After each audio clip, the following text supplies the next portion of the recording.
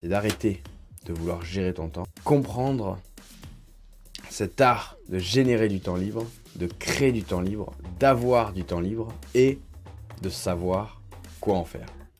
Si tu veux vraiment profiter de ton temps librement, va dans la barre d'adresse de ton moteur de recherche préféré, tape stratégie-temps.com. Tu vas arriver sur la page d'accueil du site et tout en bas, tu trouveras de quoi inscrire ton meilleur email pour que je vienne chez toi tous les matins te donner un coup de pied aux fesses et tu vas démarrer par 5 vidéos offertes. Salut, c'est Joseph, j'espère que tu es en forme aujourd'hui. Si t'es pas très en forme, je te rappelle les 3 petites astuces pour être bien en forme.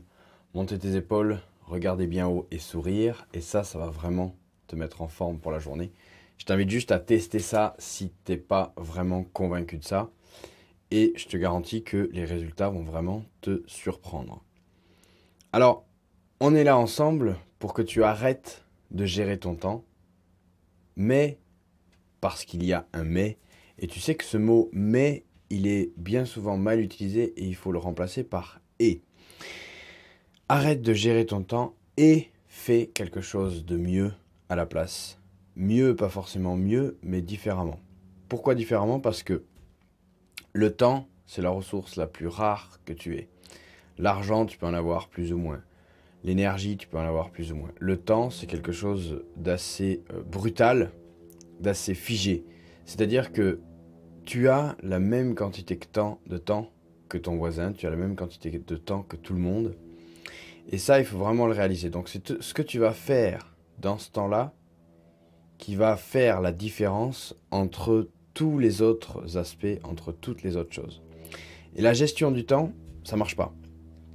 Ça marche pas pourquoi? Parce que tu peux gérer quelque chose que tu vas épargner, tu peux gérer quelque chose que tu vas pouvoir mettre de côté, économiser, utiliser plus, investir, etc. Alors, investir du temps, tu peux le faire, mais le temps, c'est quelque chose que tu ne peux pas épargner. Alors, tu vas pouvoir gérer les choix que tu vas faire, tu vas pouvoir gérer l'utilisation de ton temps, mais pas le temps. Enfin, après tout ça, c'est des concepts et des idées. Mais par rapport à ça, tu vas vraiment avoir besoin, pour la gestion de ton temps, de quelque chose qui finalement, d'outils de gestion qui finalement ne seront pas valables pour le temps. Donc tu vas arrêter de gérer ton temps, on va arrêter ça, on va arrêter de gérer le temps.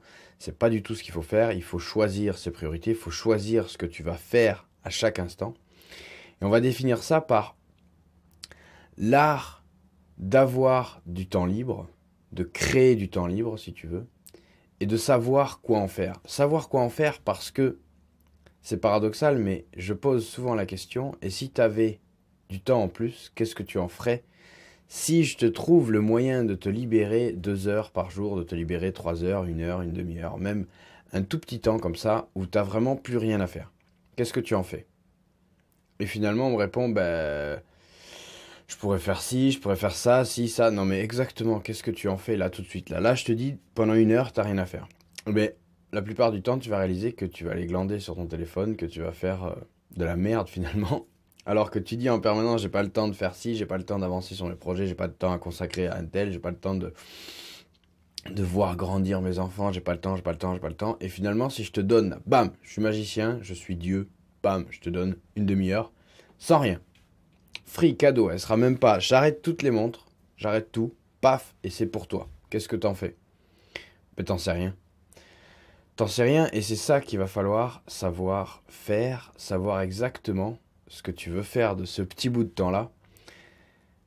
Parce que rien que ça va tout changer. Et ça passe par quoi? Ça passe par les objectifs. Encore une fois, ce truc-là, c'est tellement important, c'est tellement énorme.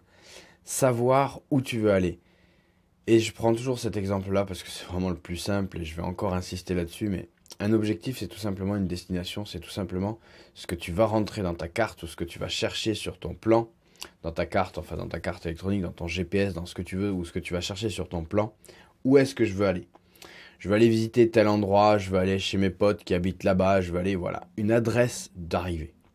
L'adresse d'arrivée et ensuite tu choisis le chemin. Est-ce que tu vas prendre le chemin tout droit, c'est-à-dire par exemple prendre l'avion, quelque chose comme ça, donc ça va te coûter un peu cher. Est-ce que tu vas prendre une voie rapide, prendre l'autoroute, etc. Donc il va falloir que tu investisses de l'argent, mais ça ira plus vite. Est-ce que tu vas prendre des petits chemins? Est-ce que tu vas y aller à pied, en mode découverte de toute la route pour profiter vraiment de chaque moment? Donc il y a l'objectif, la destination, et ensuite le chemin que tu vas prendre pour arriver à cette destination. Mais ce qui est important là-dedans, c'est l'idée de départ, c'est d'arrêter de vouloir gérer ton temps, savoir définir ton objectif, savoir choisir ensuite tes priorités et choisir la route que tu vas prendre pour arriver à cet objectif et comprendre cet art de générer du temps libre, de créer du temps libre, d'avoir du temps libre et de savoir quoi en faire. Chaque matin, tu as plus de 15 heures devant toi. Choisis tes priorités.